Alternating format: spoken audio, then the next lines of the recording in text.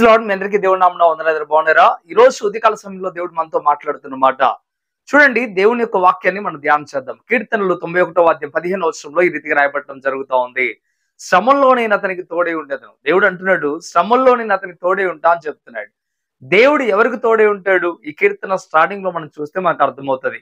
మహోన్నతుని చాటున నివసించువాడు, సర్వశక్తిని విశ్రయించువాడు అనే మాట మనం చూస్తూ ఉంటాం. ఎవరైతే దేవుని దగ్గర నివాసం చేస్తాడో, ఎవరైతే దేవుని సహాయాన్ని కోరడం ప్రారంభిస్తారో వారికి శ్రమల్లో తోడై ఉంటాడు దేవుడు. ఈ కీర్తన మొత్తాన్ని మీ అవకాశాన్ని బట్టి, మీకున్న టైంని బట్టి మీరు తప్పక ధ్యానం చేయండి.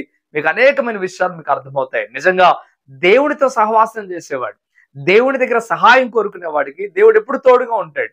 నువ్వు అనుకుంటున్నావు నాకు ఎవరు తోడుగా లేరు, ఈ సమస్యల్లో, ఈ కష్టాల్లో, ఈ బాధల్లో, ఇరుకులో, ఇబ్బందుల్లో నన్ను ఆదరించేవారు ఎవరు లేరని బాధపడుతున్నావేమో. కానీ దేవుడు అంటున్నాడు, నువ్వు నా దగ్గరకు రాగలిగితే, నువ్వు నా చాటుకు రాగలిగితే నేను తప్పక నీకు తోడుగా ఉంటాను అని చెప్తా ఉన్నాడు. దేవుడు తోడుగా ఉంటే కలిగే లాభం ఏంటో కీర్తనలో మొత్తం కూడా రాయబడి ఉంది.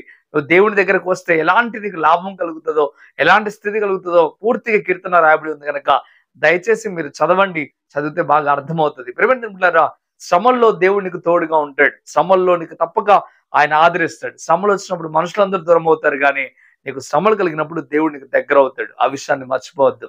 శ్రమలు కలిగినప్పుడు నువ్వు దేవునికి దగ్గర అవుతే చాలు, దేవుడు నీకు సహాయం చేయడం ప్రారంభిస్తూ ఉంటాడు. ప్రేమిలారా, విశ్వాసంతో, నమ్మకంతో, యథార్థముగా ఒకసారి ప్రభు దగ్గరకు రావడానికి సిద్ధపడండి. దేవుడు తప్పక మీ దగ్గరకు వస్తాడు. దేవుడు మీకు తోడై ఉండి నడిపించి, దీవించి ఆశీర్వదించును గాక. ఆమేన్. ప్రార్థన చేస్తాను, ప్రార్థనలోకి భవించండి. పరిశుద్ధ వందనాలు ప్రభువా.